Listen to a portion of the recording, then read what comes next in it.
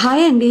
ఒంటికి ఎంతగానో చలవ చేసి అలాగే పంచదారతో పని లేకుండా బెల్లంతోనే సేమియా సగ్గుబియ్యం పాయసాన్ని ఈజీగా చేసుకోవచ్చు. టేస్ట్ కూడా అంతే బాగుంటుంది. చూస్తే నోరు ఊరిపోతుంది కదా. దీనికోసం ఒక అరకప్పు సగ్గుబియ్యాన్ని అయితే తీసుకుని శుభ్రంగా కడుక్కొని ఒక 2 గంటల పాటు నానబెట్టుకున్నాను.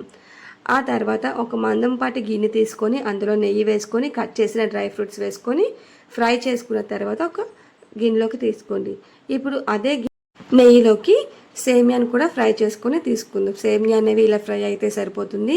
ఇప్పుడు అందులోనే 1 కప్పు సేమియాకి నేను 3 కప్పుల పాలు తీసుకొని 2 కప్పుల నీళ్ళు అయితే తీసుకున్నాను. ఇదైతే కన్సిస్టెన్సీ సరిగ్గా సరిపోతుంది. మీరు కావాలంటే 4 కప్పుల పాలు 2 కప్పుల నీళ్ళు తీసుకోవచ్చు. లేదంటే 2 కప్పుల పాలు 4 కప్పులు నీళ్ళైనా తీసుకోండి. కొంచెం లూజ్గా పలుచగా వస్తుంది. ఆ తర్వాత అది పాలంతా బాగా మరిగిన తర్వాత సేమియా అలాగే సగ్గుబియ్యం వేసుకోండి. అది ఉడికేలోపు మనం బెల్లం పాకం తీయకుండా బెల్లం కరిగిపోతే సరిపోతుంది.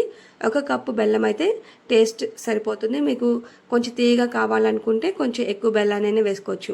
ఇప్పుడు సేమియా బాగా ఉడికిన తర్వాత స్టవ్ ఆఫ్ చేసుకొని అందులో బెల్లం పాకంని వేసుకొని అందులో డ్రై ఫ్రూట్స్ అలాగే కొంచెం యాలకుల పొడి కూడా వేసుకొని కలుపుకోండి. పాలు అనేది విరిగిపోకుండా ఉండాలంటే స్టవ్ ఆఫ్ చేసుకొని మాత్రమే బెల్లాన్ని వేసుకోండి. అంతే, చాలా ఈజీగా అయిపోయింది కదా. సింపుల్ టేస్టీగా ఉంటుంది. ఒంటికి ఎండాకాలంలో ఇలాంటివి చలవ చేస్తాయి. పిల్లలు కూడా హెల్తీగా ఉంటుంది. ఎందుకంటే మనం పంచదార వేయకుండా బెల్లంతో చేసాం కదా. చూస్తే నోరు ఊరిపోతుంది కదా. ప్లీజ్ లైక్ చేయండి.